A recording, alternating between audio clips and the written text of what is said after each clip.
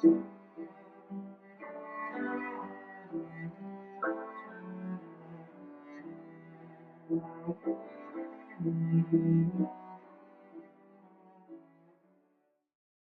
to Reflection for Wednesday, the first week of Advent. Our church also celebrates the memorial of St. Francis Xavier, a priest, a great missionary who baptized more people than potentially anybody else in the history of the world. Beautiful story. Our first reading, we continue to hear from Isaiah. Our gospel goes back to Matthew.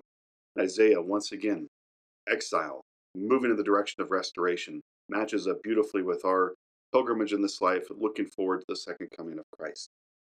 Today he speaks of what we're hoping for.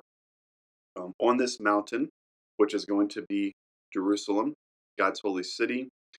Jerusalem's up on a mountain. If we look at the book of Revelation, we see it up there. So we participate that, and every time we come to Mass, we're sharing in this reality. So in this mountain, ultimate fulfillment we can see is heaven. Just I think a quick way in which we can look at it.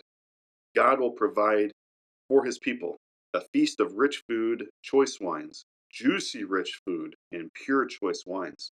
On this mountain, he will destroy the veil that veils all peoples, all those different things we put up between ourselves, all those walls, gone. The web that is woven over nations, he'll destroy death forever. Wipe away tears from faces. He'll heal. Right, this beautiful theme again at the beginning, taking what we killed because of our sin, restoring life. We also have this idea of a beautiful feast. And so we have feast days. We have celebrations throughout the church, especially for our bigger saints, our bigger feast days. It's a beautiful thing to remember. What is heaven referred to? The wedding feast of the Lamb. We get that right from the book of Revelation. And so we have this idea of feasting, of celebration, of rejoicing. We're in the Advent season, not the Christmas season. That does not start until 4 p.m. on December 24th. Hear me say that over and over again because we want to be mindful of the season we're in. We also realize we live in a world that used to be Christian but is not Christian anymore, at least not very Christian. And so they celebrate Christmas before Christmas. And so we're going to be going to festivities, we're going to be going to parties. That's okay. As best you can control it, maybe keep it in the actual Christmas season, but we are in the world we're in. When we go to those celebrations or we get together with family and friends, have this in the back of our mind. Every meal we participate in is meant to call to mind the Eucharist, the feast, the encounter with a living God, right? It's a moment of healing, of restoration. When you get together, when you share a meal with friends, you don't usually share a meal with an enemy unless you're trying to reconcile.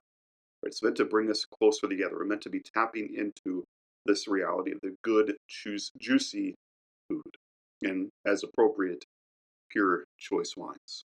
Something to keep in mind as we enter into this time of the year.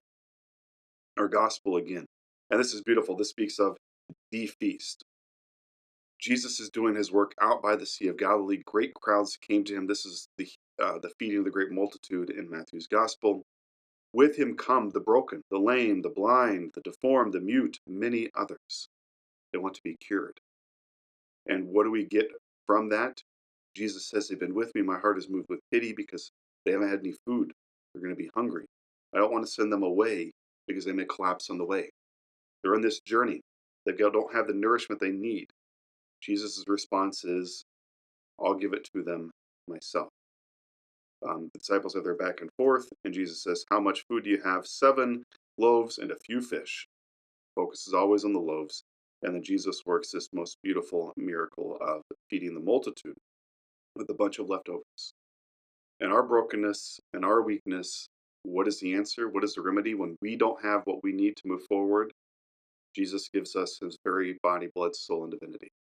The food for the journey, the food of nourishment, the food to help us move forward. Medicine to the weak, medicine to the sick, medicine to the broken.